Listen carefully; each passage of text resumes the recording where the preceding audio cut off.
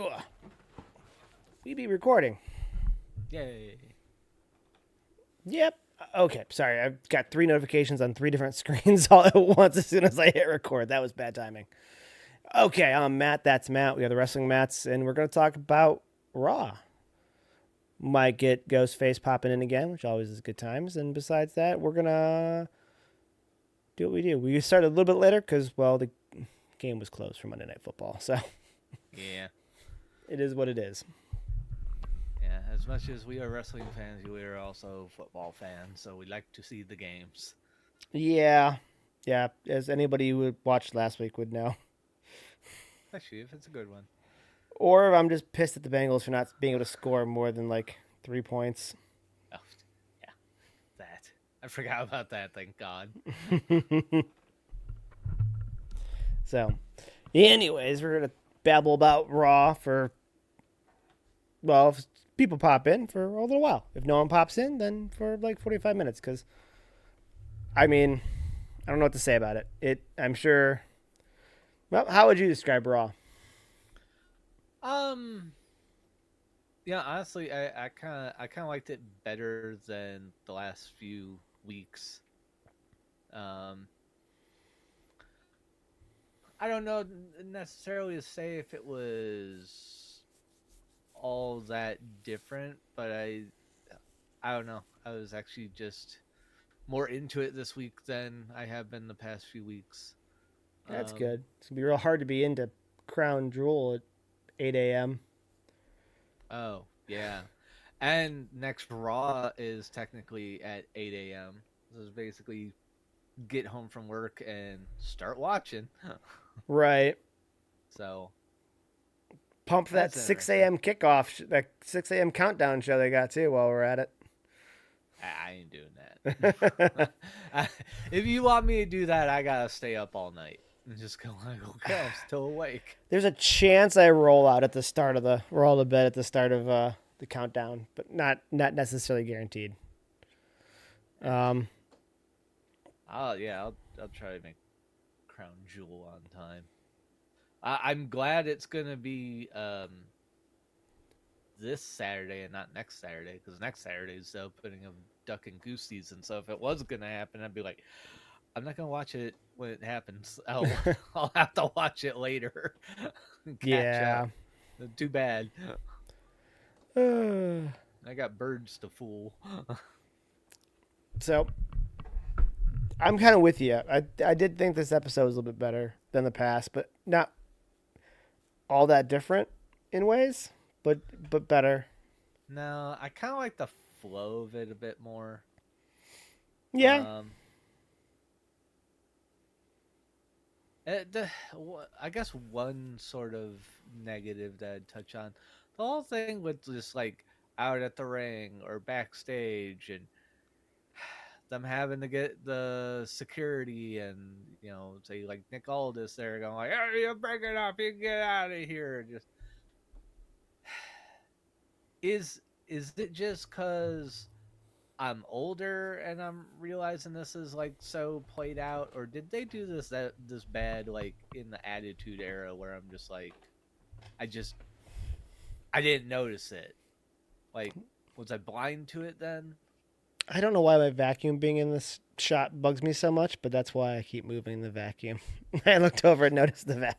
Anyways, did they do it? They did it better, but they did it a lot. Yeah, they did it better Okay, than this, but okay, because right now, that's that's really the only negative I got from the show is they just pull that same get the security and they're all bumbling idiots, although they're trying to build something, right. but it's just like, God, man, every time it's the exact same shitty acting.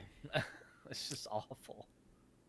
I like when they cut to the backstage. I like when they use scenes from the backstage. The problem you have is that it's the same, like you said, the security's there. The difference with what they used to do in Attitude Era and the Ruthless Aggression Era is that things would happen backstage, and there wasn't like 400 security guards that were always just like Gotham Police, like 10 seconds too late. You know what I Yeah. mean?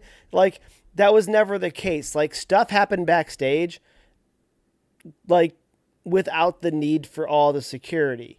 It didn't have the security wasn't involved in every single thing.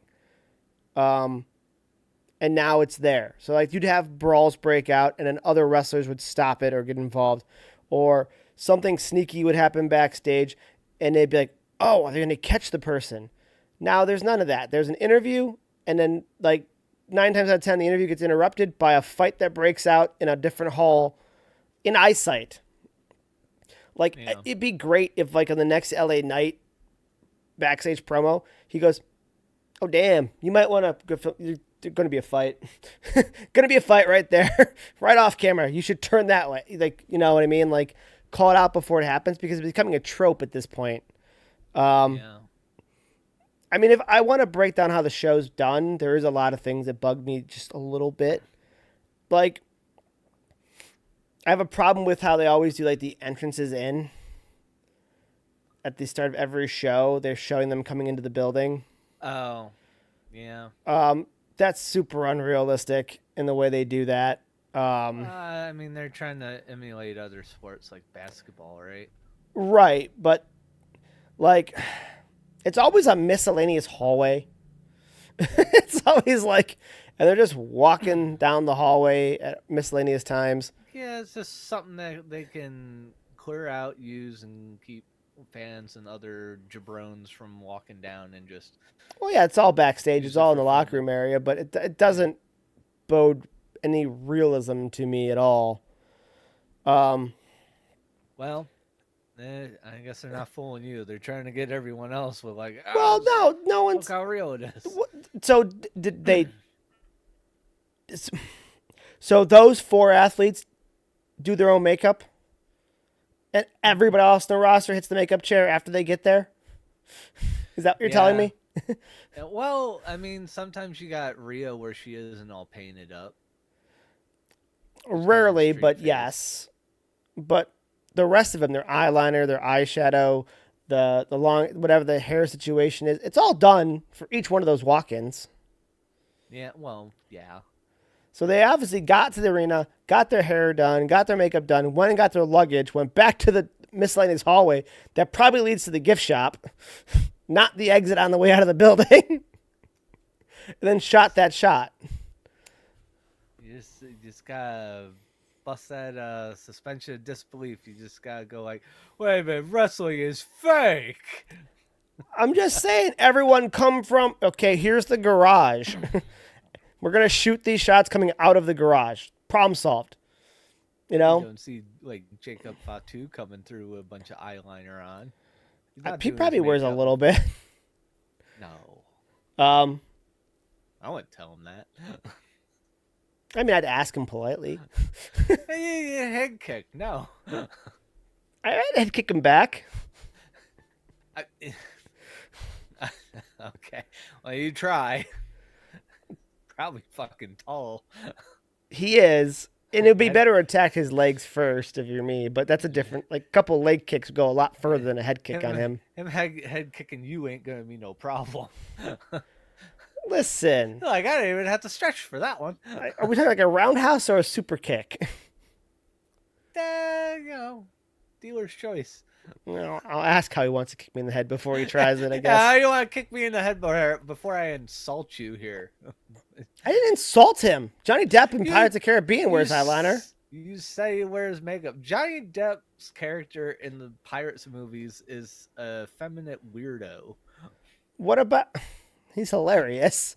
He it's- is hilarious. That's and an what's really inspiration kinda to funny many about it. kids in hospitals all over the world.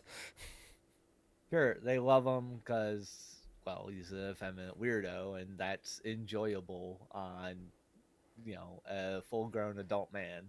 What about who's like a pirate. AFI and like My Chemical Romance? Their singers all wear eyeliner. Yeah, and they have a beloved fan base.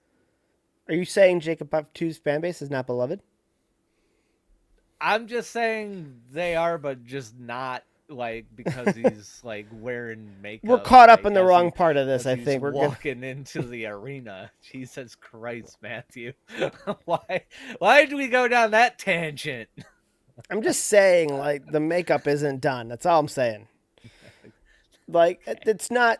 It's a showy thing to just show who's on the show tonight, and Yeah. all, and like they could be more creative. Like show them in catering. I don't give a shit. Do something different. Yeah, I mean, that is like a good point to like go with the one I brought up, where it's just like there's that just redundancy Yeah, where it's the way that they every show just starts now. It's set in stone. It's what we do, and I love the ones that show up where they supposedly arrived right at 8 o'clock and oh get out of the car, and they yeah know they're the first segment apparently because they just walk right on through. Like another good first opening scene would be someone like LA Knight did it recently, but I won't pick on LA Knight because I know Ghostface loves LA Knight, and I like him too. But you know, like I want to say fuck that guy as a jest like LA Knight, but I like him too. I right. forgot to wear his shirt, but But he hasn't shown up yet. let's say it's LA Knight for just sake of this conversation. Shows up, walks in, acts like he's gonna get there, and Trips just stops him in production. Like, no, you're not the first segment. What the hell are you doing? You don't run this. And Cena comes walking by or something to kick off the show. Like, because again, that's another trope that they just keep doing. There's some Yeah, elements that I get that it's a show and it's not meant to. It's meant to be entertainment, but some stuff they're using too often and some stuff is becoming too obvious. I yeah, disliked the way the Kyrie Sane and Io Sky match ended. yeah, yeah. She does the Uh, pin. Asuka grabs her arms and pulls her for more leverage under the rope. yeah. Excuse me. Jessica is right there counting the three. Jessica, if she sneezed or just twitched the wrong way, would accidentally kick Asuka. That's how close Asuka is to them. Yeah. And Io's shoulders are right there next to Kyrie's arms being pulled. Like, you can't tell me there's any logical way that she wouldn't have seen that. Well, the referees have to play blind sometimes. Okay, that's You one know thing the that. referee did not do that was remotely realistic in any way, shape, or form. The second thing, post match, Jessica doesn't attempt to raise an arm.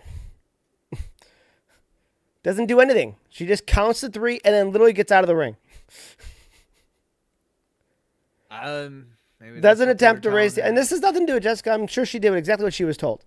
It's No probably problem what she there. was told to do. Like, Yeah, my problem is how they're booking some of this stuff with the way the refs are acting, the way the announcings are acting, the way that the scenes are cut up. They just they're lazy. I don't know how else to put it. They're lazy. They're redoing the same idea over and over again in a lot of areas. That pin was lazy. Jessica leaving the ring was lazy because you know it's 2-on-1. Everybody with a brain knows that Asuka's going to hop in and they're going to attack Io, but there's no attempt to raise the hand. There's no attempt to tell them not to do it because Jessica's just like, my job is to count three and then I leave. With the way she's booked to handle this, I'm not saying that's on her. yeah, She's a fine referee, but I'm just gonna count to three and leave, and then just no one shows up as Io just gets demolished by the two of them. Um, so that happens, and yeah. that doesn't make any damn sense. Well, one because Rhea's already in Well, I meant officials. Australia. Yeah, yeah. Where's security now? Right. So Jessica could have been like, hey, I'm gonna raise your hand, Kyrie, and then go over to check on Io like you would at the end of a competition, like any ref would for any hand-to-hand combat sport. Instead, she just goes, well, Io, you've dealt with worse. I'm sure you're fine. Just lay there dead. And I'm gonna go. And Kyrie, you know you won, so I don't need to raise your hand. I'm just gonna leave. Like it doesn't make any sense. Yeah, Like none of the psychology behind it makes any sense at all. Um, the reuse of the same backstage segments, the way they have, the way they've entered, the mid interview fight that breaks out. I mean, it's been so redundant. Now, again, it did feel better this week than it has in the past, but I fall back on. I hate to say it, but when a show opens with Roman, I think it helps the show. yeah, And then Seth continues to carry the brand. I think his yeah. I don't actual inner disagree. turmoil with potentially losing the Cody again was well done. And his interaction with Paul Heyman was extremely well done as well. So, Yeah, those two together can just yeah. write an even bigger masterpiece. So, They're I so think good on their own, and then you put them together. It's just like, well, okay, this is just fucking poetry. right. Just that whole segment about what will happen. You left yourself out, gave me a straight answer. And I mean, just brilliant. Brilliant Ever stuff. think why I chose you? Right. Instead of Roman, I mean, that's a good way to light a fire under his ass. which is what he'll say he did. 100%. That's the thing that I thought. That will be his way when he does win, say that's how he motivated him. Yeah. Which makes all the sense in the world. So, It sound like I'd go back to Roman if you lost, so you won. right. You couldn't let that happen. Oh, very first segment, I tweeted about this. They said the word stretcher. I didn't count it, but probably somewhere in the neighborhood of like 10 to 20 times. And then they're like, we have a perfect match. I'm like, so a stretcher match? Like you foreshadowed the shit out of a stretcher match by saying stretcher 17,000 times. Oh. And then they said street fight. I'm like, you guys really suck at foreshadowing. Like, I don't know what to say. Like, you can't promote it like stretcher. You know, this person be sad you left in a stretcher. That person would be sad you left in a stretcher. This person would be sad you left in a stretcher. Know who never left in a stretcher? All these people. A scroll came out. They listed a whole bunch of names. Pretty much the entire Samoan family had never been on a stretcher. They don't even know what the fucking stretcher is. They'd never been on one. And then they're like, so let's fight in a street fight. What? Dude, there's a match that involves the thing you've just said 20 times. Like, yeah, let's do a stretcher match. Well, maybe in the street fight they'll find a stretcher. Well, even an ambulance match you can use a stretcher. So even an ambulance match would have a stretcher in it. Yeah. Like a street fight. At this point, Australian street fight. The fuck are you gonna do? Hit him with a didgeridoo? Who gives a shit? I mean, I'm bringing a kangaroo. You're getting kangaroo kicked. It just... And then you will need a stretcher. Doesn't make any sense. It's just like, what? I'm trying to think, what could they do to make it different? Hey, it's Ghostface. He agrees. Best Raw in weeks. Yeah, we're all on the same page. We both feel like not much was different, but it was just a little better this week. Was it, maybe it was the flow in the matches? Starting Roman first? I think it was, for him, it was LA Seth Knight. in the middle. LA Knight hitting his move on Jimmy and then getting the pin. Oh. Yeah. Yeah, that was an interesting way for him to create a little friction with Punk. And just Punk gives him the go to sleep, and then he tags him real quick and rolls up the pin and gets him. That was funny. I mean, whatever. Yeah, it just keeps the tension high between Punk and Knight as well. Yeah. I mean, how long till Jimmy snaps? I don't know. Like siding with like Jay and Roman and going like, you know. Oh no, I don't think he's siding with Jay and Roman. I think he's gonna snap the other way. Yeah, he's gonna leave that. I don't know. I'm not quite convinced which way they're gonna go with Jimmy. He could go either way at this point. You're still right about that. He could. They're doing kind of a torn thing with him, like Kyrie is being done with, just in a different way. Well, his way is, this is my family, but they're assholes. That's his method right now.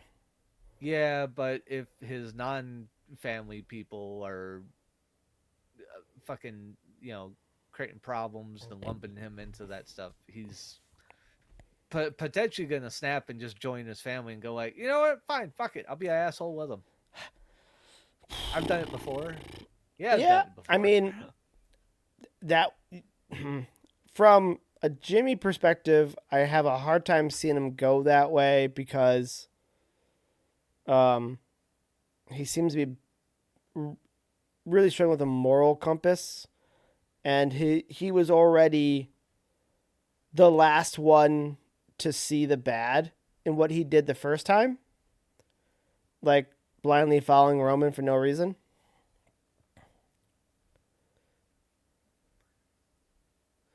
Um, Yeah. I missed that Uh, match. I missed the. yeah. I I I saw saw her it. and Lyra beat up Raquel and them in the backstage area, but I missed the actual match itself. So how'd she get triggered this time? Uh, Sorry, I just completely I mean, I was stopped my kind of. thought, and I just want to point out. So we're responding to Ghostface uh, in chat. Worst part of Raw tonight, the Bailey stuff. It's the same stuff over and over again. Sorry, I just threw Yeah. that out. Stop mid sentence and then. No, I was paying attention to that too. I'm just trying to think like what set Bailey off. I don't know. Sort of seemed like set off from the fucking beginning, but like just doing the crazy kind of fucked in the head. She doesn't make any sense at all. Like But she's even in that mode. She stayed okay with Lyra.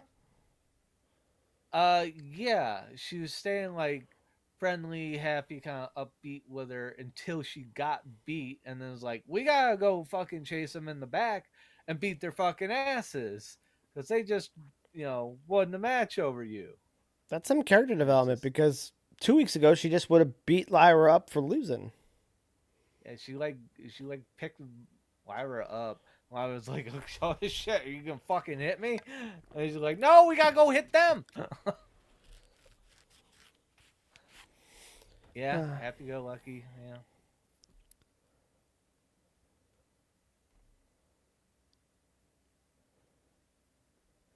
Okay, but that's yeah. that's a weird situation because she's been channeling that crazy anger towards Lyra. Now she's channeling it towards Judgment Uh, Day, and apparently a She's little bit towards Lyra. yeah, I she's don't kind of get what she's doing, but it's almost like a bipolar sort of a thing. right. But the And we did, trigger for it is different, and where she directs the anger is different. Apparently, this time. yeah, and this time I don't even know if I'd necessarily say that there was a trigger other than her losing the match. I like it she didn't really change. She just didn't make sense to us the audience or Lyra going like I just whatever I just lost a damn match. It wasn't for anything. We got to go back there and kick their ass. Okay. Right. Yeah, all right, I'll go with you crazy as you pull my hair through the fucking ramp to get to the back.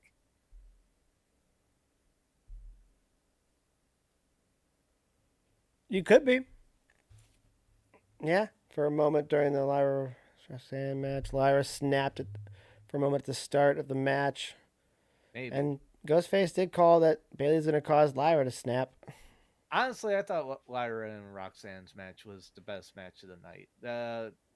It started off with I'm forgetting the name of the wrestling style. Kind of similar to like kind of like Mexican luchador, like a lot of reversals in the moves. I keep wanting to say like switch wrestling, but that's not the term. I'm forgetting it. Catch wrestling, is that it? It's a style of wrestling, usually Yeah, stiffer, but it's a lot of like Roman style. A lot of that style of wrestling where there's a lot of switching, a lot of um, they were doing kind of their own version of that, and I chain was wrestling, might be what you're looking for. chain wrestling. There you go. Okay. I was kind of locked into that match right away with those two, and it was going pretty good. They were getting a little stiff with each other, a little palming to the face.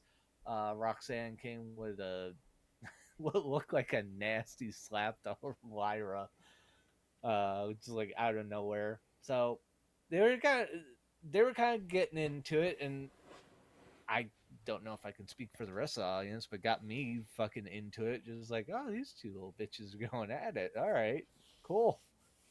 So That's okay. it, I really enjoyed it. So Good. it was going pretty well. Sad I Um, missed it. I don't know if Ghostface would agree. I mean, maybe he'd be all like, "Yeah, LA Knight fucking got the pin," and then pissed off his tag team partner too. Rub all their noses in it. Uh, Honestly, that one was a good one. Oh yeah, That was the other match I Maxine. missed. I missed two of the women's matches tonight. That one against Becky. I You heard the gotta outcome watch from the other room. that. Yeah. Uh, that was impressive because I mean I haven't seen a lot of Maxine's wrestling. So good. She's uh, I get she's it. glazing who's now. But yeah, no, that was impressive. Maxine's She's whatever been doing training well. she's been doing, she's Im- I don't know what she had to improve from because I just really when I kind of came back to wrestling, it was kind of with her with oh god Otis, yeah Otis and them Tozawa. and and she's just kind of being more like a manager cheerleader for them really. I just wasn't getting her to see her do matches, but that's improvement. That was fun to watch.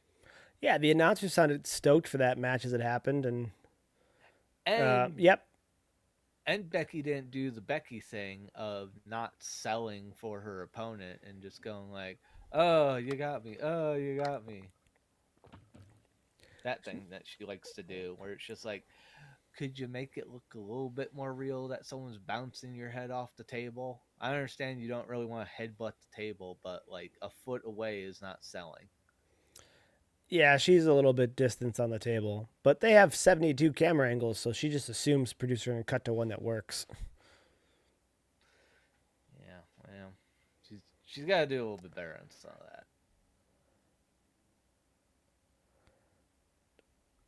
I didn't see it. I don't know what the botch was, and I didn't know she was doing the NXT live events. That's good. I knew she was working with Natty in the dungeon, but I had no idea she was doing the NXT live events. And I'm glad they're doing more live events too. There was one spot with Kyrie and God damn it, EO. said said Kyrie's name first because I had EO until I said Kyrie and then woo, there goes that name. They had one spot where they kind of came and both did a drop kick at each other. It almost looked like they were like if they would have made it where the like sort of like both the feet kind of touched, it would look like more like that was the spot they were going for. But I'm sure a lot of people are just gonna be like, "Oh, that was a botch." Like, well, maybe that the feet didn't touch, that didn't land, but it didn't look like a botch. It looked like they both went for a drop kick at the same time. Yeah, a lot of times when you have wrestlers who are supposedly know each other so well and stuff like that, you'll see them both do moves that mirror each other, whether it be the double cross body block and blah stuff like that. I might have missed the apron spot because I'm not sure exactly what you mean on that one. I might have been You checking mean the in on power the bomb guy. on the apron? Oh, I want to say it was a power bomb. It was like it hit awfully up high on EO, where it caught like the upper shoulders, back of the head. ooh, I oh god, believe if that's the same spot I'm thinking of. yeah, Yeah, she seemed fine. But I think there's a lot of worry about that spot on that kind of move because of Adam Cole going out. It was an Alabama Sam. I'm sorry. Yeah. I literally walked back into the room just in time to see the impact. yeah. Yeah, it was up pretty high. It was up real high on the back neck area. But there was like no stoppage. She just kept rolling with it. It was like, ow, back in. So, but I think there will be a lot of emphasis on the apron being used like that after Adam Cole, though. Yeah. Ugh. Yeah, there were some brutal parts of that match. Like, thank goodness EO's so bendy because The feet up for the elbow drop just got Io folded into a pancake. Essentially, she got stacked because she put her hands up, she put her feet up to stop the elbow, and the elbow came down and just dragged her feet, and so Io eventually just got like scrunched over like she was getting pinned by Rhea Ripley, and she was fine. Everyone was good. Kyrie then went, "Ow, my arm," and so on and so forth. But Yeah. Yeah. what did you think of that, Ghostface? I didn't like the pin for that match. I didn't like that they had Asuka assist with everything, like literally a foot away from Jessica. Bit of a downer, but is it bad that I don't hate the vignettes, but I just can't give zero shit about Seth versus Cody? The vignettes are good. I've said this for years. As much as I dislike how many video packages they run, and they run less now than they did 10 years ago, thank God. They have some of the best editors. They really do. The vignettes are always well done. The video packages spliced in with the commentary by them. You know, Seth is selling me on it, Ghostface. I'm not going to lie. Cody's not doing much for me. But Seth is selling me on it. His angle, his delivery, all of that is getting me semi-hyped for that match. And it's Seth carrying it. It's him explaining why he's pissed about immediately siding with Roman again. And then him and Paul Heyman discussing what happens if he loses. Seth has got me a little bit excited for that match. I think I'm closer to Ghostface on this. I'm not exactly the same as him. I don't like give zero shits, but I'm kind of like, oh, this will probably be a fun wrestling match. But it isn't making me go like, I am absolutely going to be up at 8 a.m. to watch the full show. It's not doing that yet. Well, you don't have to be up at 8 a.m. to watch the full show. It's him. You have to be up by like 10:30. He's to be the main event. I'm just saying, it's not. That match is not motivating me to get up and watch it on time, let alone the whole PLE. Yes, you have. Okay, yeah, he is asking the same question over and over again. Seth is sitting there going, I have to beat him." Blah blah blah. But it's a big question for Seth as a character, so I get it. You know, there's a character that has tons of confidence, zero self-doubt, always has a game plan, always has a backup plan, and can't get past this guy. So I get where he's coming from that statement. Are they beating us over the head with it? Yes, they really are. It's too much. Cody won it last time in Saudi. He won the Crown Rule. Yeah, he won that. Yeah, and then he also him and Liv beat Seth the past 3 times or whatever they've wrestled. Yeah. So at this point, do you effectively job out Seth to Cody for this? Or do you let Seth have this one thing that really doesn't count against Cody? I mean, it isn't like title for title. It's just this other title. They just go like, we're going to take it out of the box for one time every year, and the 2 champions are going to wrestle for it, and then it's not going to matter for another 364 days. Do you give it to Seth just to give him and his group more value? Do they still believe in the group? Does WWE still believe in the group? Because if they don't believe in Vision, then it could end tonight. Not tonight, but you know what I mean, Saturday. Yeah. If they have an exit ramp, they made themselves an exit ramp. If they do believe in the Vision, then you have all this self-doubt, all this build-up for the win. Should. And then we can go from there. But if they've created an off-ramp for this trio, if they don't want to use them anymore. So that's kind of the question we have to figure out is, do they want to use them? The Becky thing before that makes me think we're getting a screwy ref thing.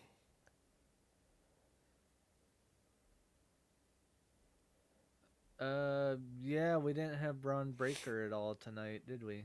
No, is he already in Australia? I know they sent some over to do Mm. stuff, and Yeah, I'm sure Ripley was one of them. I would be amazed if Ripley was. Yeah, um who's the New Day's new guy? I can't think of Waller. He oh probably yeah, went. yeah. You send all your actual Aussie people. But wait a minute, is it Bronson Reed an Aussie person or is he New Zealand? Like he just said recently he's Samoan, but he's got one of those two accents. I'm sorry, I can't by ear tell it apart. I'm not that good. I'm. Um, They told me he's Samoan. He's Samoan, just like when Kofi was Jamaican. but his accent is not Samoan. It's either Australian or it's New Zealand. He's from that that spot. So I don't know. I guess maybe they need to build it more with Roman to be like, hey, you should actually give a shit. Oh, and I'll also figure out what match it was gonna be Right. after they said stretcher, stretcher, stretcher, stretcher, and didn't make it a stretcher or ambulance match. That hurt my head so bad. Stretcher, Yeah. stretcher, Australian street fight. What? Yeah. Yeah. I agree, but I'm. They might be trying to highlight the refs just because of the ref being in AJ being in um highlighted after SmackDown. So now if they do a couple more spots where the refs are involved or criticized, then it just makes it more of a comedic performance, and we move on from what happened on SmackDown. So, and Becky can do that. Becky can sit there and bicker to herself or Seth about how bad the ref was, and people will just find it comical because it's Becky. So, Yeah, I guess I didn't pick up on that. Maybe doing stuff like that to try and diffuse that really bad scenario that we were just like, yeah, okay. she legitimately got counted out, but here, she's she's the one that can always blame everybody else but herself, and she can do it in a comedic way. I think when she was babbling about how I got counted out, me of all people, I can count to 10. I know how to count, like that kind of stuff. Imagine if this Cody and versus Seth match is how we get the new Vision member. I would not care at all.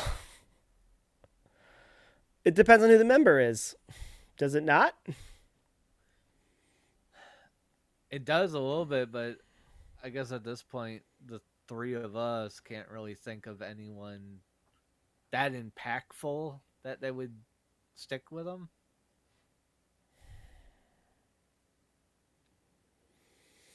I mean, Hmm.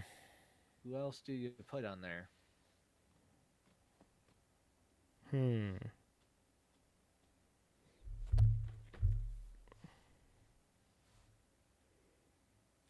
He could.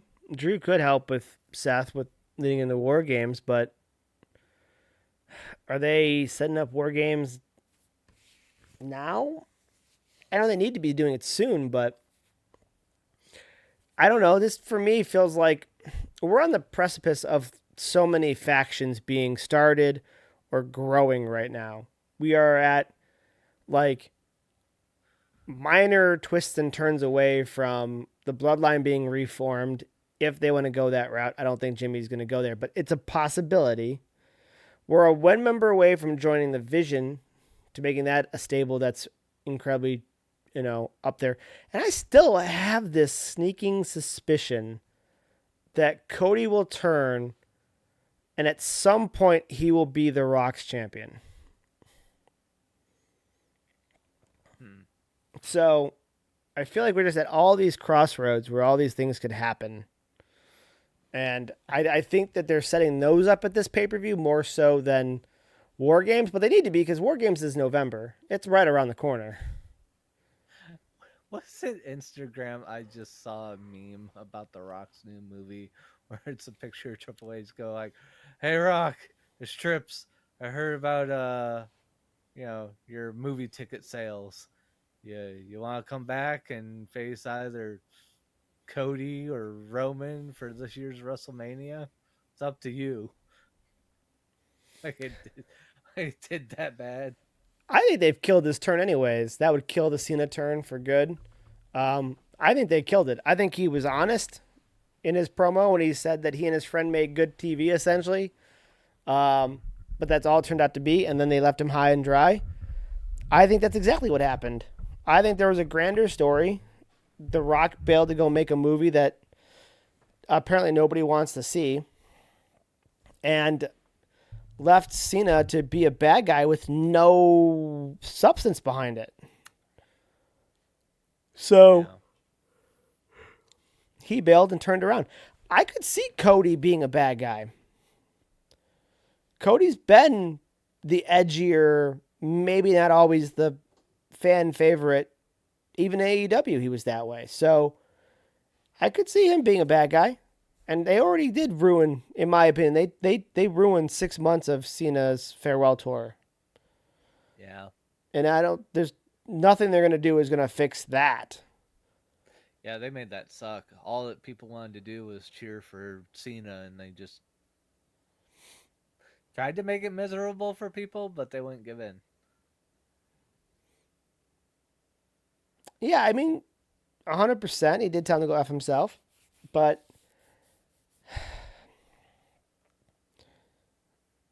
enough time has passed. I think they do want to explore a Cody heel turn at some point. And you could easily just have it change at the sake of Cena wasn't cut out for it. Both of those guys saw it, and they decided, you know what? I'll take you up on it, Rock. I want this. I want that. I want a bigger tour bus. I want this. You can make all that happen. You know, I want to be treated like the star that I have been for carrying this company. Now, the question becomes is how do you do that with Seth's character on the other side being the Vision? Somehow the Vision would have to almost become a good guy group, which I feel like they are. Like, he has a valid argument in the vignettes. Works so hard with you to conquer Roman Reigns in the bloodline, and then 6 months later, you're his partner. I, too, would be really annoyed if I was Seth. I'm not going to lie. I would also be really annoyed if I worked my ass off, lost my title, had a knee injury, took a chair shot to the back so we can conquer this beast, and then you 6 months later, bygones are bygones, and I'll be your buddy now. So I think Seth has a really good point.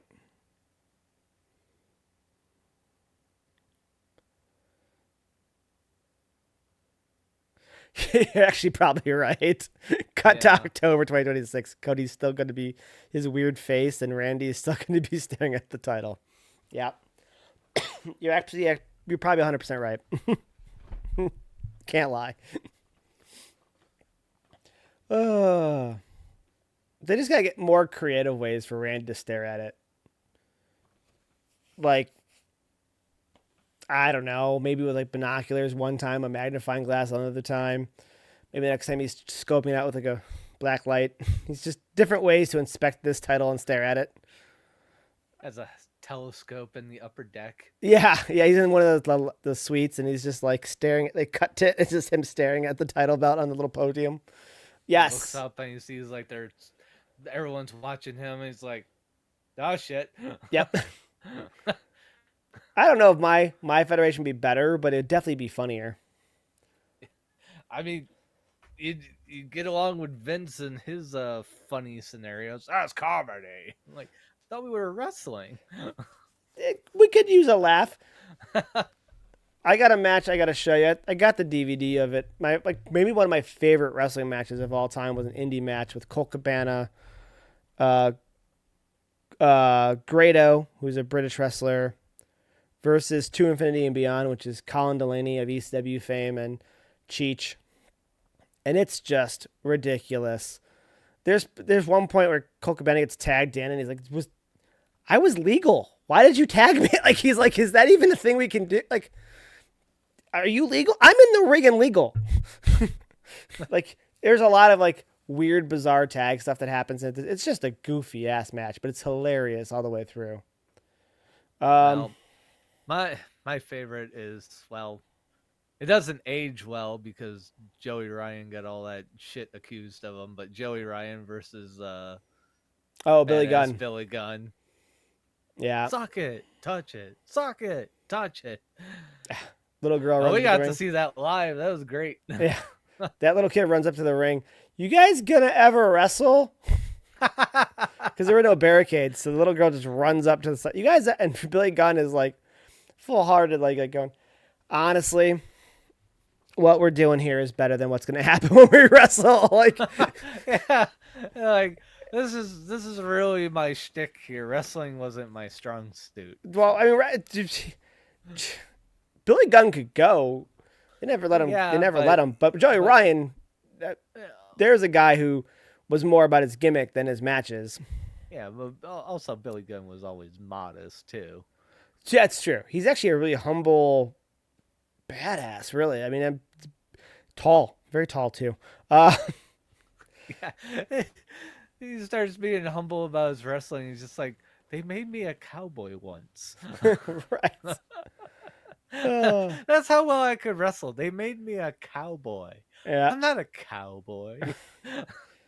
Uh, big Billy Gunn fan here. Big Billy Gunn fan. Yeah. In 2030, he's gonna be touching the title with his eyes. He's just like eyeball on the title belt. He'll miss 2 more weeks after that for pink eye. Yeah.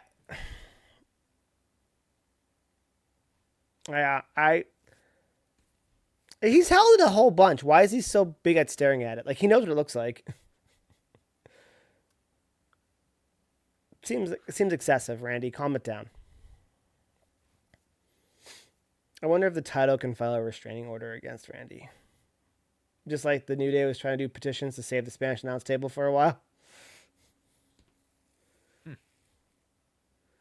But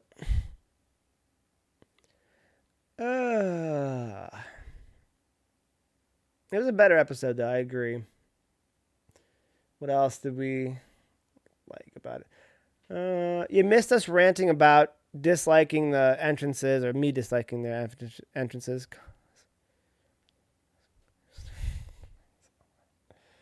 Uh,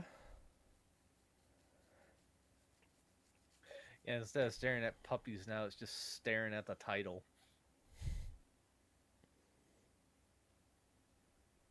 You know, had Jerry the King Lawler aim. We're going, puppies! yeah, it's very true. Yeah, so what was that? The word I was hearing is like he got offered a bigger contract and he's still like, nah, I'm out of here. I mean, he was getting Contract with more money. decent TV time for a while there. Yeah, I don't know.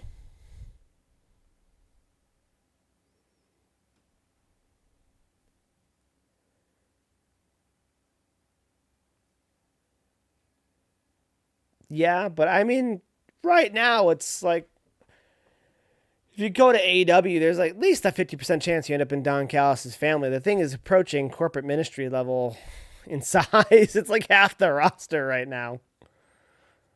But yeah, I think it does make a lot of sense, especially with Andrade there. Maybe that's why he didn't take the new offer because it's just like I already got a plan over here and I'm leaving. I already made up my mind. Yeah, very likely. It's very possible.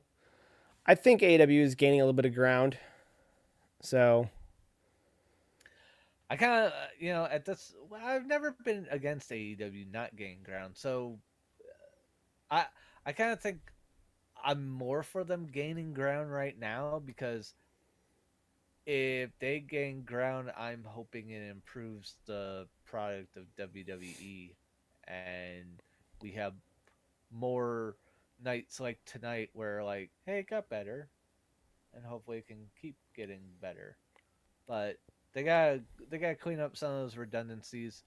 Whatever the pacing was with the matches and whatnot, um, I can't explain it, but it seems like all three of us agree that it's just like they did something right, something better because we weren't just this like the same old fucking shit.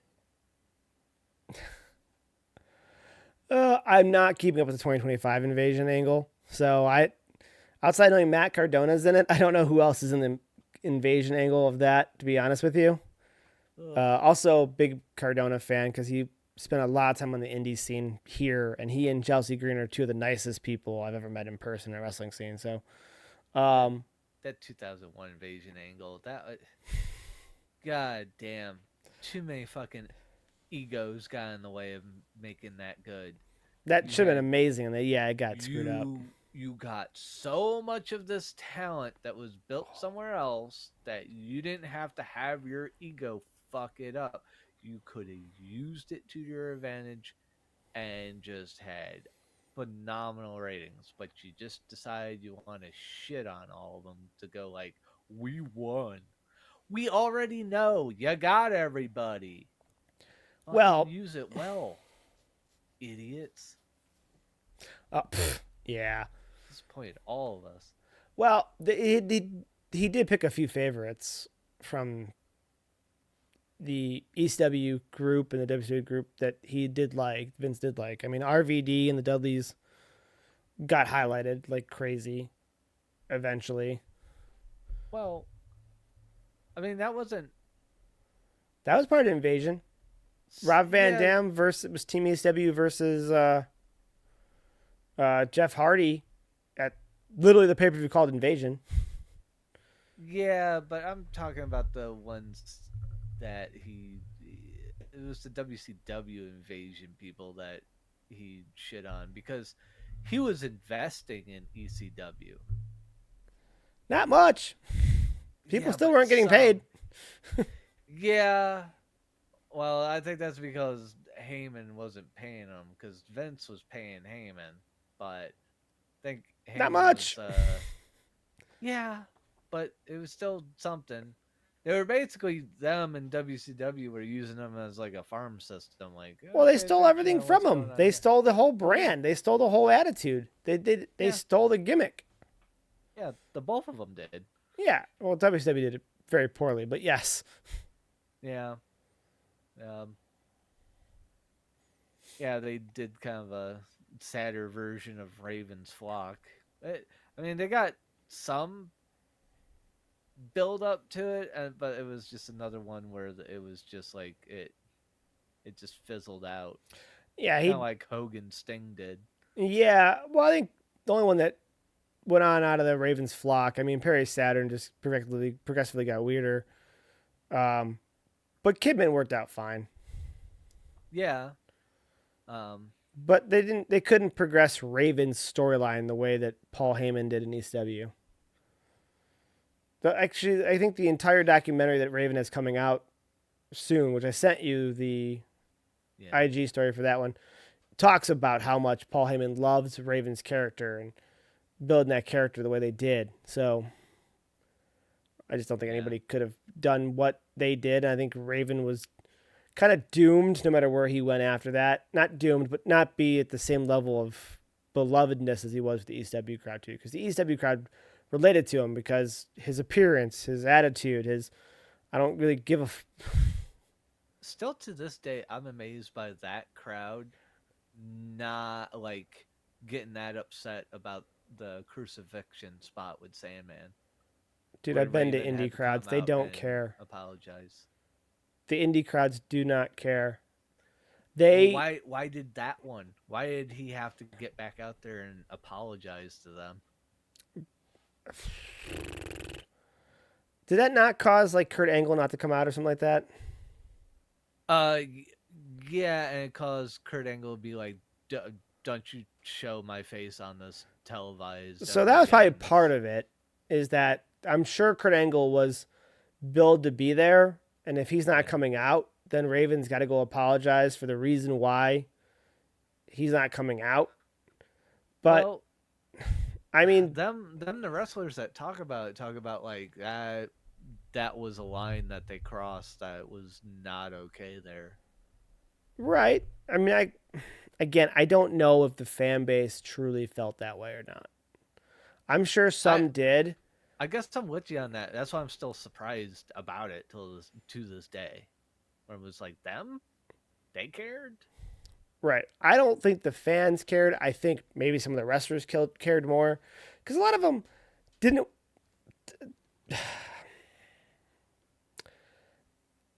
There are some wrestlers who did not really want to wrestle that style, but went there because they weren't employed by the other brands. Yeah. They didn't want to be part of that style, and they eventually had to if they wanted to stay there. But I bet you there were some people who had a different moral compass than that crowd did, for example, and were offended by that backstage. And to save the locker room a little bit, and some fans probably weren't, because I mean, you still had some father-son scenarios, and maybe some fathers weren't okay with it. But Yeah. I think overall, having my experiences at indie crowds, I highly doubt that a majority of that crowd actually was offended. I think that was more of a move for Kurt Angle, more of a move for the locker room, more of the move for any local newspapers or scene magazines at the time that may have been there. More of a public save face than it was for the fans. I think the fans would be the last ones who actually have cared, if I had to guess. I Yeah. was watching, I was a fan, but I wasn't at it, so I couldn't say. But that'd be my guess. Yeah. Yeah. Because I think their fans actually did epitomize that one shirt. I'm politically incorrect and damn proud of it. And I think they embraced every opportunity to be politically incorrect, and I highly doubt that was something that they felt stepped over for a majority of the fans. We haven't talked at all about Cena versus Styles. No, well, we got on this tangent. Yeah. Uh, I mean, I'm looking forward to seeing it. It, I'm not hyped about it, but I'm just like I know those two together will put on a good match. yeah, this is they booked this the same way AEW books a match. Very little story, very much just based on the match. And it will be good. I mean, that's all there is to it. And you know what? I kind of respect it because what's the point in building a storyline? You know Cena's gone at the end of the year, Yeah, and you know that's Styles definitely is one of gone those. sometime next year. So there's no point to build out this long story. It just is just two dudes that want to have a match, and we're gonna have a match. Yeah, that was a good way to do it, and that was partly how Cena kind of dressed um, before he started his 1 year tour, where he came out the one show, like I don't know, like a year ago or so, and just went like, "All right, yeah, I'm gonna do this last year tour. So if you want to get in the ring with me, you know, put your name in the hat. Let's do this. Yep. Otherwise, shut the fuck up." Well, Cena was a really good character and worker in the sense that, and I hadn't thought of this while he was doing it, but you could build an entire story arc over the course of years with him, or he was so good that he could do an open challenge nightly, build the storyline with his promo. My office chair is falling apart, so it's falling apart on me. One of those things like the leather's coming off. Anyways, Oh, build the build the story with his promo, then have a match all in one segment. Like he could do the whole thing. And so he used him that way, where he'd have open challenges. And then that did kind of work in the Kevin Owens when he came up from NXT, because that's what happened. Kevin Owens came up from NXT back when NXT still had the big X belt and talked about how his belt was better and he liked that brand better and everything else like that. But that was one of the times that they actually took an open challenge a little bit further. But otherwise, he'd have open challenge matches where he built the story in the promo and then had the match all in like 1 to 2 segments. He was that good. So, he feels like the perfect character for this too, where it's just like big fight. John's gonna show up for the big fight, and it's him and Styles, and it should be fun. I mean, it's Cena's something very remarkable. The more I thought about it and how he conducted himself in the ring and on promos and stuff like that, the way he could carry stuff, elevate people, be a test marker for other people in terms of their promo skills. It's just he's another one where, in hindsight, like I failed to appreciate him at the time. Like too involved with seeing him as the new golden goose that got further away from what I liked watching, Right. and therefore probably unfairly just didn't it just got behind the fucking Cena sucks. It's Super fine. Cena, he wins all the time. But But that uh, hate is something that helped build his character. The Cena true. sucks, Cena's, let's go But Cena sucks chants were huge. So you can't have one without the other. So you were very important. but at the same time, um, I was recognizing that it's like, okay, they're going PG era, and you factor in so many other factors of why. But one of the things would be to build a new crop of wrestling fans, the kids. You just went through all the stuff where like the kids like weren't really allowed to watch, and us kids were becoming adults and moving on to like UFC. So it was kind of time to build a new crop. I mean, I was there watching as a kid and watching What? UFC as well. Oh well. I was watching both as a kid. Oh, yeah. You were a very early adopter of UFC because you did tournaments and you're just like, oh shit, they got like this fucking Yeah, I was thing watching the that's like Attitude just for Era me. and ECW at 12, and Yeah. I mean, yeah, we were. I mean, for me, I was sneaking like ECW and shit like that. that wasn't the norm supposedly according to Francine. Oh no. No, I was like as I was talking to Francine and Shane Douglas because they came to our local place at least 2 or 3 times, and we would be talking and I'd be like, yeah, I used to have watch everything on a little black and white screen TV because you guys were only on the cat here, and I go, so I had multiple TVs going, but I was watching that one primarily, and then every pay per view, I'd have 10 to 15 kids probably over in my house to watch every pay per view, and she's like, so your dad, your parents let you watch that? I'm like, yeah. No, it's fine. He 100% also knew I was jumping off of rooftops, but that's a different story. Yeah, you.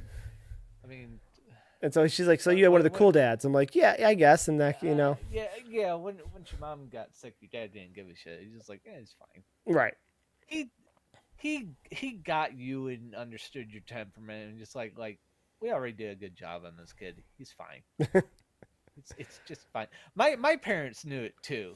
At one point, I swear to God, they're just like, "Oh, wish we would have got that Matt."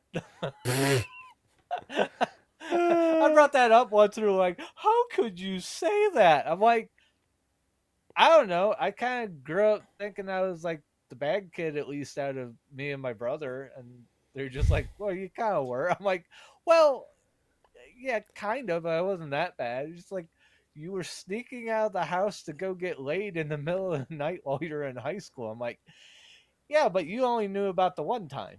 And they're like, there was more? I'm like, yeah, there's a lot more. Aren't you glad you only knew about the one time? Yeah, until now. It's fine. yeah. Anyways, we're not watching Chad again. Yeah, I mean, I'm with him. Los Americanos ruins this match as the end of Triple H, I assume. Um, No, when end of trip. Oh yeah, I guess that would be no. That End L of is so Triple far L. away from. The, are we doing like Lucha Americanos times three? Triple L? I just assumed Trips being poor writing and screwing up this massive match.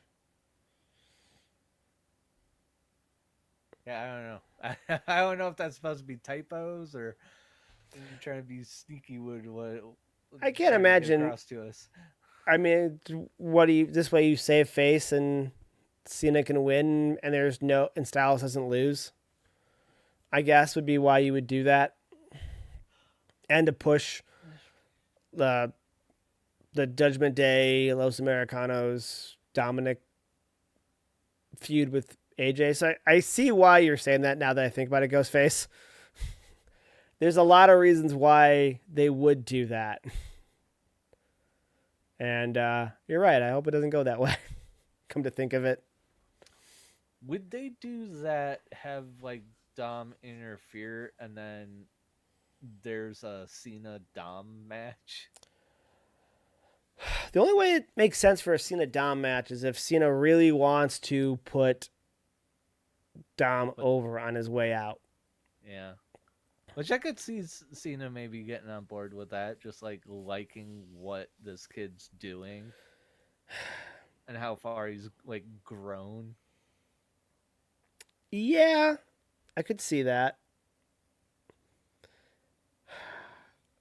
But at some point, you've got to slow down the rocket ship that is Dom, right? Like, Not necessarily. does he have the character and mic chops to be on this trajectory? I think so because I think he can play it confident, and then he can also play it as like the stupid young man slash boy that doesn't It's got to stop at understand some that point. women are upset. The stupid young man, that's got to stop at some point.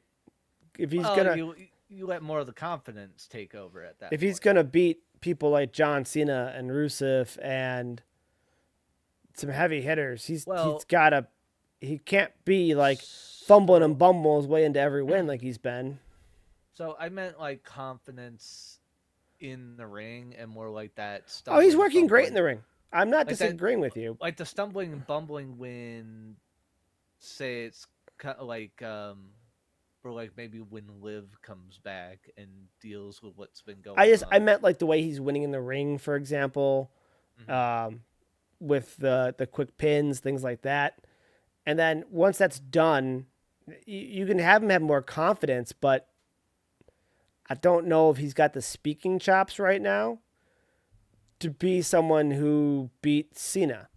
Like that's a big mantle to put there. Um, and I don't know if that makes sense for him to do right now because then you put a different level of expectation on this kid and like you can't really let him go in and kick off Raw. You can't let him go in and kick off a show and lead a show. He doesn't have that same type of aura or mic skill yet. He's not a Roman. He's not, a Cena. He's not one of these guys yet. And I just think beating Cena fast tracks you a little bit further than I would like to see him, me personally. Yeah, I don't know. AJ I tonight is going to be me if Cody beats Seth. Again, motherfucker. Listen, I don't know if you're hearing it for it or not, but the only way that Cody beats Seth is if they want to squash Vision. If they don't know what they're doing with the Vision, they want to get rid of it. They gave themselves an off ramp. That's all I can see. Otherwise, I don't see any way Cody wins again. I hope they don't. I was actually interested in what they were gonna do with the Vision until they decided to kind of split it in half for the AJ Lee return. Yeah, But otherwise, it's just like, no, come on, keep telling whatever the story is. Go for it, because it's like, I always forget Triple H, Ric Flair, Evolution. Batista. Yeah, I always forget Evolution. I feel like trying to call it Revolution for some fucking stupid reason.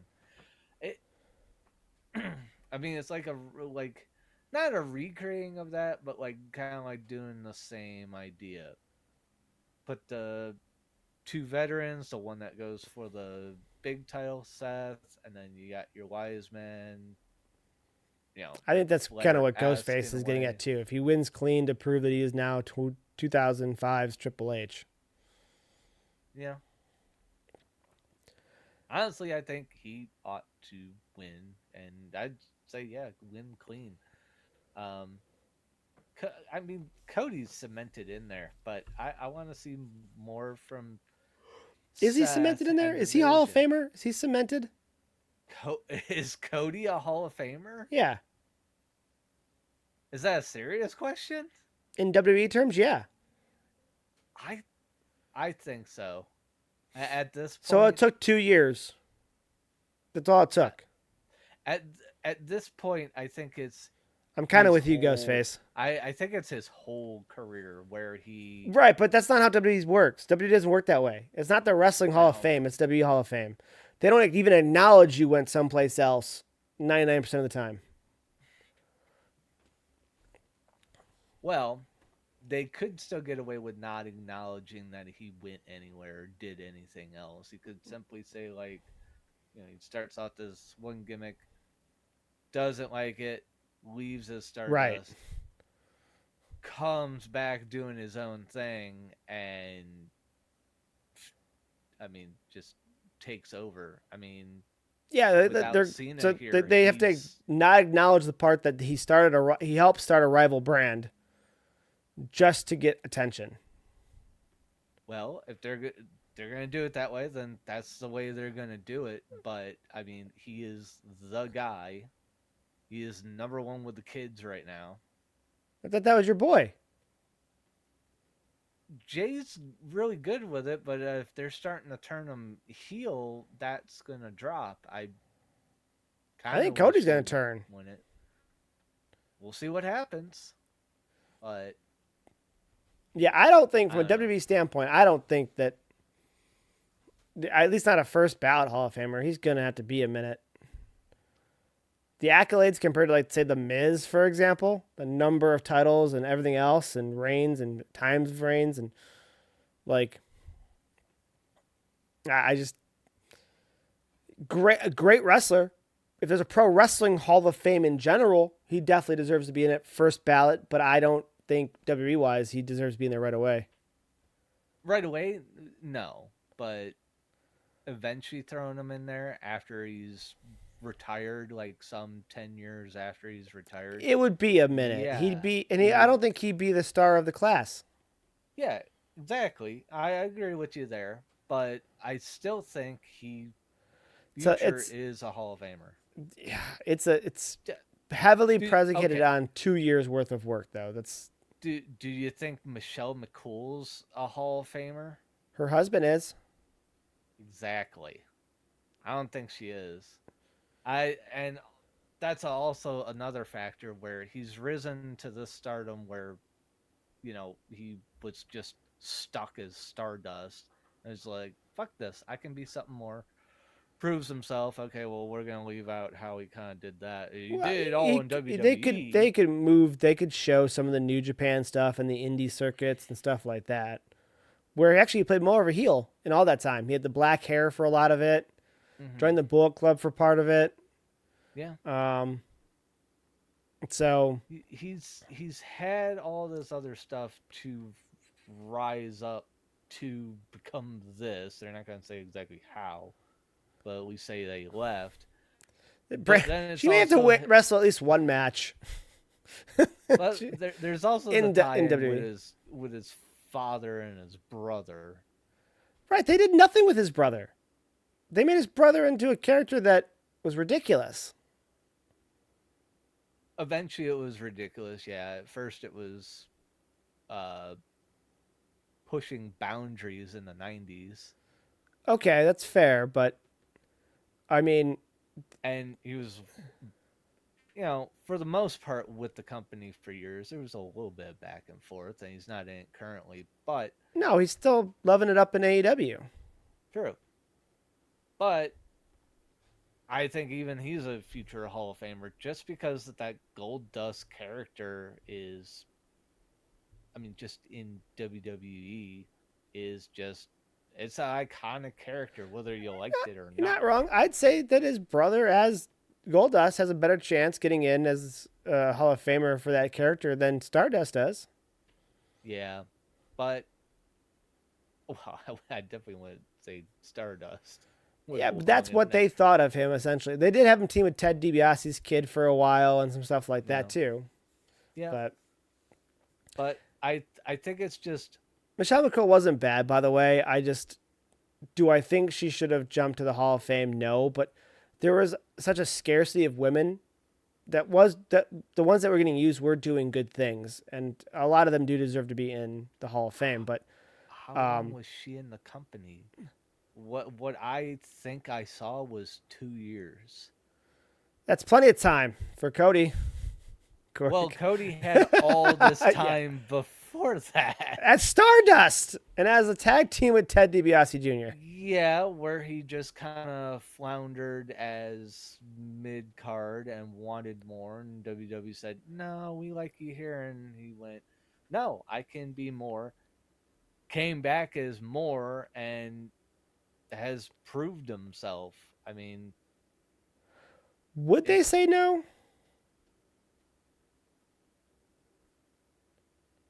Yeah, there's a Seth tells not Seth, like Cody tells a really good story about the ref and Ted and that whole situation.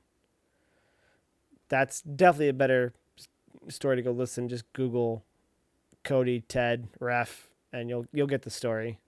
yeah, But Seth will probably Seal will probably go in the Hall of Fame eventually, but Mox has to be part of it because I feel like Seth and Roman would say no if he was without the. I don't know. I think they might say no, but Mox was a tough character for that to understand as a person because, like, you would be like, "We're going on here in a few minutes," and Mox would be nowhere to be found. Um, Moxie would be nowhere to be found, and then just show up as the music hit, and they just start walking down the stairs. Like, okay, I guess I don't know where the hell he was for the past 3 hours, but hey, he's here on his cue. That's all that matters. yeah. Well, Triple H has a history of patching things up, so Yeah, I the think history is they have the Hall of Fame, and people want to be in the Hall of Fame. That's the yeah, history.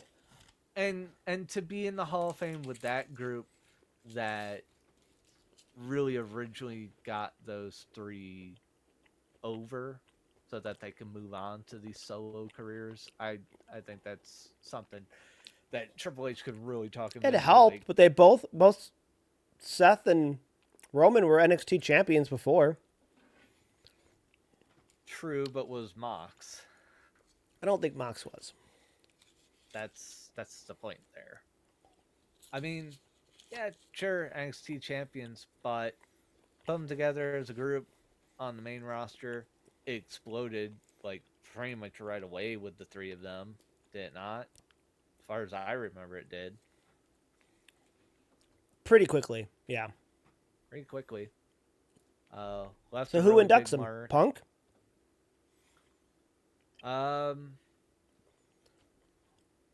It could.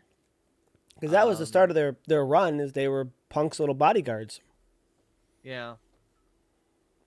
Maybe there's someone that's I thought Roman did have it. Was he just FCW? I know he was in NXT, but did he win at FCW? Is that what I'm thinking? Yeah, because Seth was like the first one. That's actually before it was a show on the network. Because that's actually what brought me back in, was watching NXT, the show on the network, and then I went to their live shows and then caught it from there. Because I remember talking to Gary, our friend, about it. He's like, "You mean the contest?" I'm like, "No, the show." He's like, "The contest NXT?" I'm like, "No, there's a show." But that was all new content for the network when it first hit.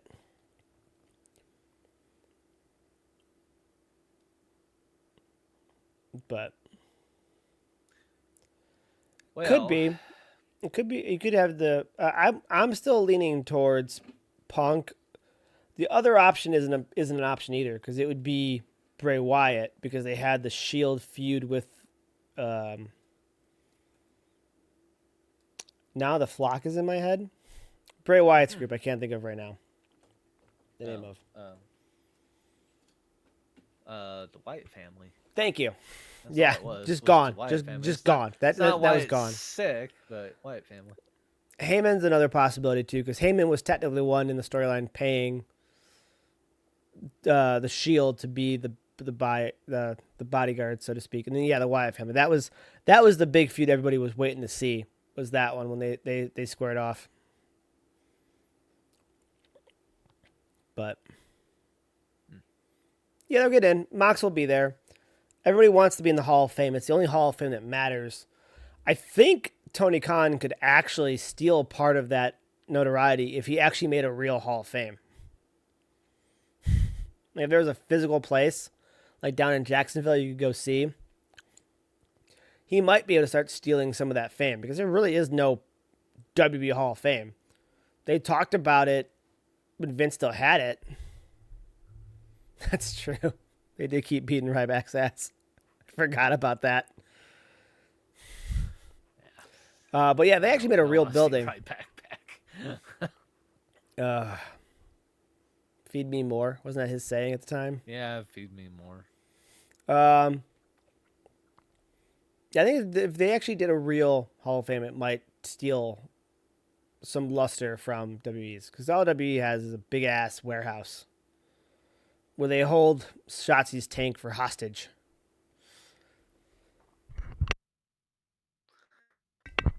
She wanted her tank back. They wouldn't even sell it to her.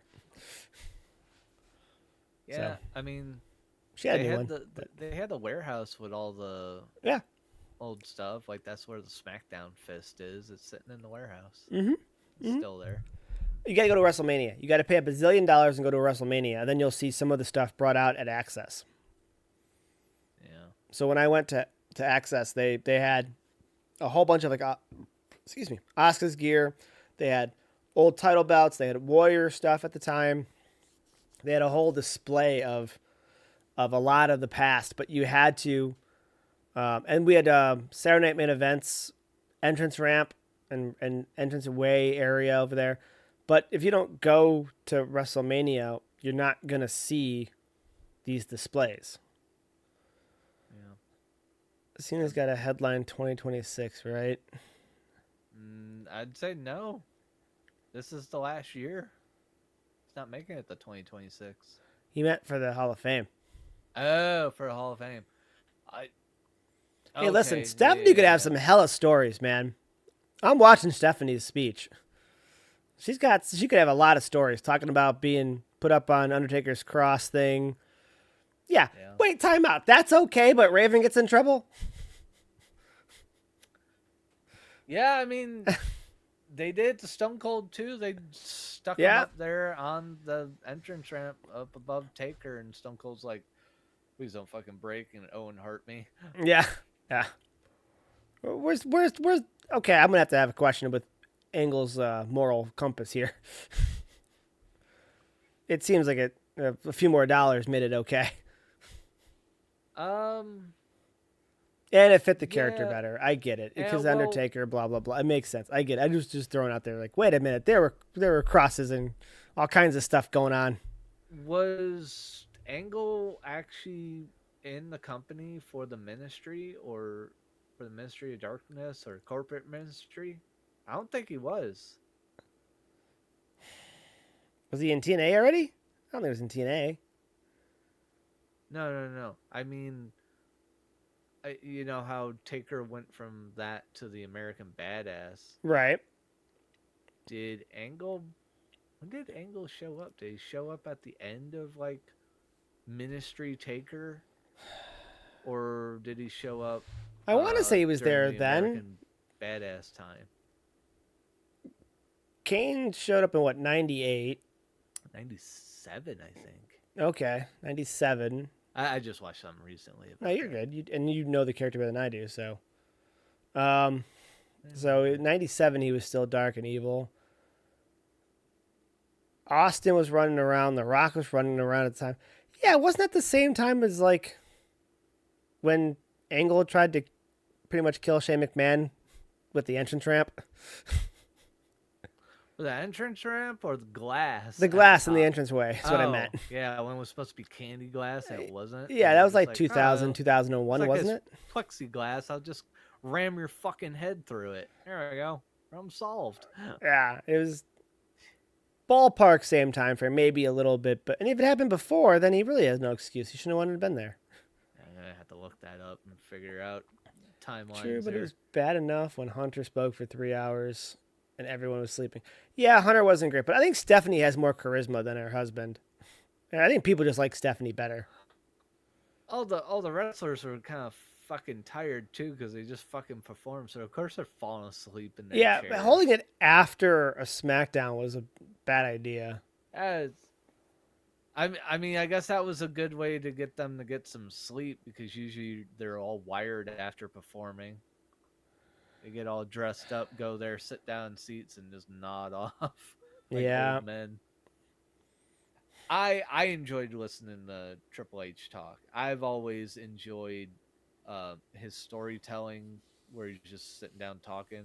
I've always found him funny. I understand some people are just like, oh, I like Trips. I like the man. I like Trips too, but yeah, it's tough at that. I didn't make it to it. I fell asleep before he was done talking. I watched the I whole had to go goddamn thing. back and rewatch it. But it's going on 1 a.m. my time. I gotta get going to sleep here in a minute. But we'll talk. Yeah. I'll talk about the last thing here, which is who inducts Cena. Kurt, Edge, Stephanie. They all had a role in it. Edge, you could argue, is one of his biggest rivals. Same with Kurt, and then Stephanie. Uh, Edge is the problem if he's still in AEW. That's a little He screwed. seems like right now he's on the alumni page. No, I'm sorry, they didn't change that. He's still on the main page, but they changed his name again. That's what they did. So Edge That's- probably will still be there in AEW. So you're right. So that would be the problem with Edge. Kurt or Stephanie are. I don't know me glazing Jey Uso why that made me like Triple H. He's just They're judging not, your character. That's they're all. not the fucking same. Ghostface, can you guess my favorite wrestler ever? He's retired and he's in the Hall of Fame. Taka Michinoku. Shut up. He had the Michinoku driver. He's the crucial part of history. Let's see if he can throw out the name and actually get it.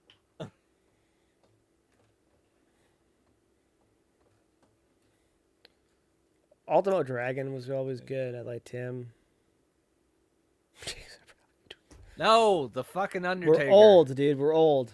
So yeah. Since I was like 6 or 7, seeing him come out, all the other kids were like, "Oh, they were scared of him." I was fucking intrigued. Walking out like he was a goddamn zombie before the whole zombie craze, was everything. No, it was the Undertaker.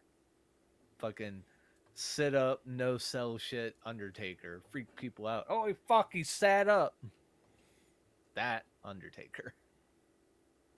So, We're going back really old. Um, 6 or 7. Seeing him come out, not making it weird. yeah. So, where age I was for 1990. Because I would have had to have been seeing them on just like normal cable TV shows that would show. I didn't see him at Survivor Series when he debuted. I didn't see that shit. I I was wasn't getting no pay-per-views back then. weird child. It was a Ultimate Warrior or a Repo Man at that age.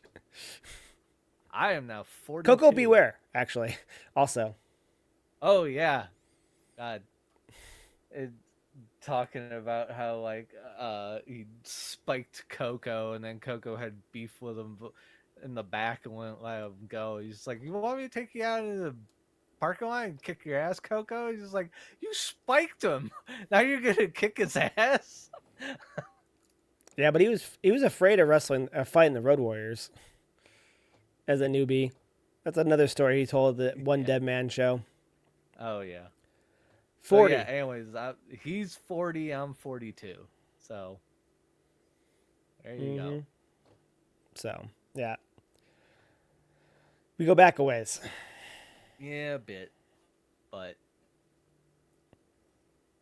But I actually fell out of wrestling for a long time. Then I got back into it. with So did I. with WCW. Then I fell out of it again, or no, I didn't fall out of it again. I transitioned to ECW, and then probably about 03, 04, fell back out of it again. Kept an eye on it, but didn't care that much. Didn't watch a whole lot. And then 2012, it was literally NXT that brought me back in. I, NXT I brought me back in. I had a spot in the '90s where I missed the very beginning of the Attitude Era, where like Kevin Nash and Scott Hall went over to WCW, started that whole thing, and then like Austin Rock really kicking off, basically because my dad's just like, okay, we got like one TV with cable, and I don't want to sit here and watch wrestling with you boys. We ain't watching wrestling anymore. And he like just cut it off for like a year or two. I totally missed that transition. Then wrestling had exploded. I'm like, what's going on? And that's when he's just like, fine, we'll get you fucking cable upstairs. I don't want to watch this shit. Yeah. Yeah, I'm glazing the guy that yeets because he's good with the kids. I'm actually having an appreciation for the fucking wrestlers that do really good with the kids and do the make a wish shit. You know how I was talking about earlier tonight where I didn't appreciate John Cena? I didn't appreciate him being good with the kids. I kind of recognized him like, okay, well, it's really good. He's good with the kids. But I didn't like him. I was getting sick of Cena fucking being Super Which Cena and is winning everything. fine. You can still appreciate and still not want his character to be good. So now, after grown as a human being, I like seeing Jay, coming through the stands, picking up kids and yeeting with the fucking kids. I'm seriously gonna go to bed here in a minute. So, but the last thought is, what the hell happened with the entrance? Why did the Usos miss their cue? It does suck that he gets blown up. That's probably why he doesn't Yeah. have the title on him anymore. Okay, what now? Why did they miss their cue? Who was this? The Usos? The Usos. The music started and no one Oh. came out for a minute. I don't know. It's a security issue up in Maybe. up in the crowd back there. I don't know. But even the announcers were like, okay, where are they at? And who knows? I legit guess security issue. I don't know. Couldn't get people to fuck out the way. But usually they block that off ahead of time. I Yeah. don't know. They've done this They a were million late getting times. there, maybe. I don't know. That could be maybe they got lost. They were on the wrong section, like they weren't high enough up. Yeah, I guess partly Cena's also doing well. Actually, I can't say he's quite doing. I guess he's doing something different, but a lot of times he kind of runs up into the ring, slides in. I guess that's not as much as pumping your arms up and down a whole bunch. That's probably why. That's why he gets blown up. He's just that yeeting fucking spending a bunch of oxygen, getting himself tired before matches. It's like how Ultimate Warrior would come out and have a shit ton of energy and then be blown up for the match. No, that only happened against Hogan. Like every other one of his matches only went like literally 30 seconds to a minute purposely. Yeah, but you can't have that sort of squash match with Hogan. Right. That's why the one time he was blown up is because of that. But typically he would run out and do his thing and he hit his gorilla press, did the splash, get up, get the pin, and then run around and run out of the ring and run back to the locker room. It was ridiculous. That was his favorite as a kid, the Ultimate Warrior. Oh, I wasn't a smart kid. Yeah, but it made for fun arguments where you're just like, oh yeah, they had Undertaker threw him in the casket, but did you see the inside of that casket? He scratched the living hell out of it. It's just like, great. So you tore up the upholstery. Who gives a shit? Almost clawed through that metal. He did beat the Undertaker in a body bag match. Yeah. He zipped him up in a body bag, and then the body bag sat up. Yep. All right, I'm going to bed, guys. Yeah, It's 1 a.m. True. We talk all night, but you gotta get going. Yeah. Wife wants something from me, so I gotta go check in on her. It's been fun, Ghostface. Yeah, it's been on glazing our favorites with you there, Ghostface. Oh my god. All right.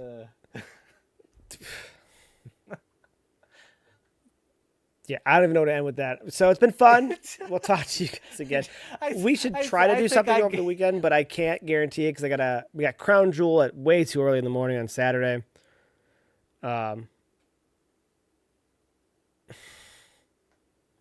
I hope Knight does clear, and I hope he actually starts getting a shot at some of the big titles and wins one, and at least holds it for at least a couple months. That man's fucking earned it. Agreed. I just don't see how you do it. His too. I just fucking hire some goddamn better writers. Get it done. All right. Anyways. Yeah, that's a whole other topic. All right. Yep. We'll be back at this again next week. Later, guys. Eat.